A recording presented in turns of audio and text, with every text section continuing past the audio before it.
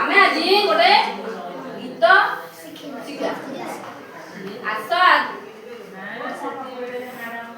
କୋଉ ଗୀତ ଶିଖିବା? ଆସ ଆମେ ଖେଳିବା। କୋଉ ଗୀତ ଶିଖିବା? ଆସ ଆମେ ଖେଳିବା। ଆସ ଆମେ ଖେଳିବା। ଦୁଇ ହାତ ଟେକିବା। ଦୁଇ ହାତ ଟେକିବା। ଦୁଇ ହାତ ଟେକି ଆମେ ଆକାଶକୁ ଚାହିଁବା। ଆସ ଆମେ ଖେଳିବା। ମୁଣ୍ଡ ଆମ ଛୁଇଁବା।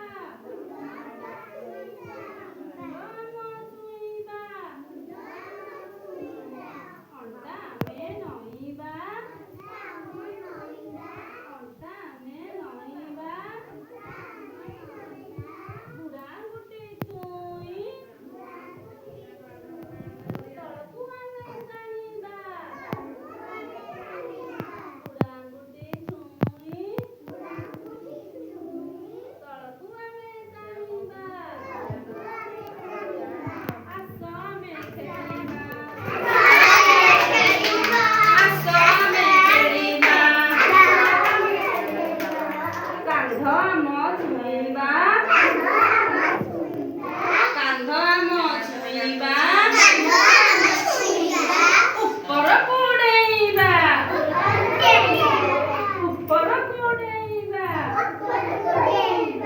ଉପରକୁ ଡେଇଁ ଆମେ ଚକା ମାଡ଼ି ବସିବା। ଆମେ ଚକା ପକାଇ। ଆମେ ଚକା ପକାଇ। ତଳେ ମୁଣ୍ଡ ଲଗାଇ। ତଳେ ମୁଣ୍ଡ ଲଗାଇ। ନମସ୍କାର କରି ଆମେ ପଢ଼ିବାକୁ ବସିବା। ପଢ଼ିବାକୁ ବସିବା। କଣ କରିବା ଆମେ?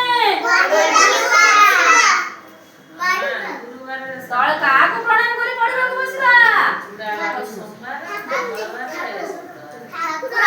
ମାଙ୍କୁ। ଠାକୁରଙ୍କୁ ପ୍ରଣାମ କରି ତଳେ ମାଟି ମାଙ୍କୁ ମୁଣ୍ଡ ଲଗେଇ ପ୍ରଣାମ କରି ପାଠ ପଢିବାକୁ ବସିବା। ତାହେଲେ ଆମେ ଏଇ ଗୀତରେ କଣ କଣ ସବୁ ଜାଣିଲେ? ଖେଳିବା ଗୀତ ମାଧ୍ୟମରେ କଣ ଜାଣିଲେ? ଆମ ଉପରେ କଣ ଅଛି? ମୁଣ୍ଡ ଉପରେ କଣ ଅଛି ଆମର? ଆକାଶ ଅଛି। କଣ ଅଛି? ତାହେଲେ ଆକାଶ କୋଉଟା ଜାଣିପାରିଲେ? ଆମ କାନ୍ଧ କୋଉଟା? ହାତ କୋଉଟା?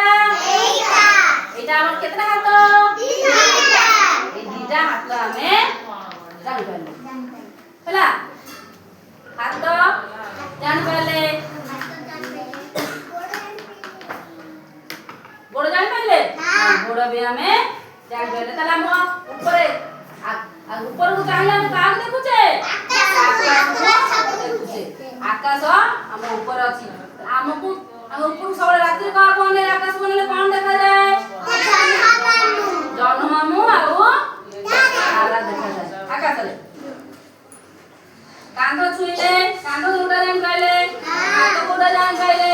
ମୁଣ୍ଡ ଜାଣିପାରିଲେ?